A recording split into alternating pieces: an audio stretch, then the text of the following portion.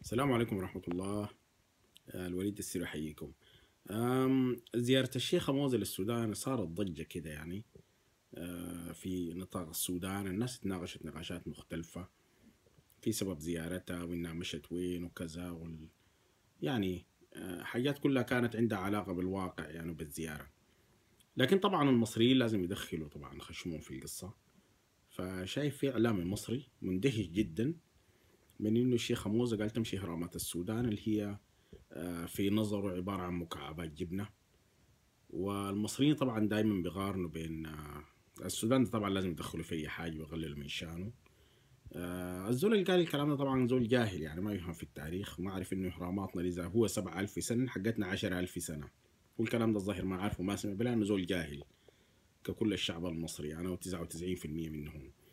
وتاني دائما طبعا المصريين دائما بيقارنوا بقصة إنه قطر يعني الصرف الصحي ما عارف في الجيزة أقدم من قطر. يا أخي الدول ما بتقارن بالمساحة ما بتقارن بكده.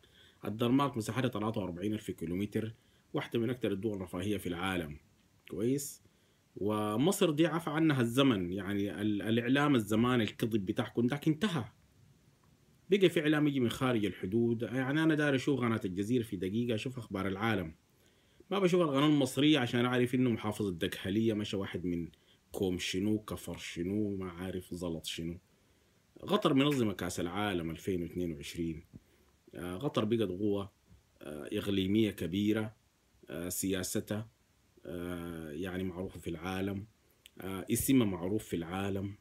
مصر بقت يعني لا تذكر، لا عندكم إعلام ولا عندكم حاجة، وخليكم انتوا عليك الله اسكنوا في المغابر وواصلوا تاكلوا في لحم الحمير وفي الزراعة بتاعتكم بتاعت الصرف الصحي بتاعتكم دي، وخليكم عايشين في تاريخكم ده بتغشوا في نفسكم.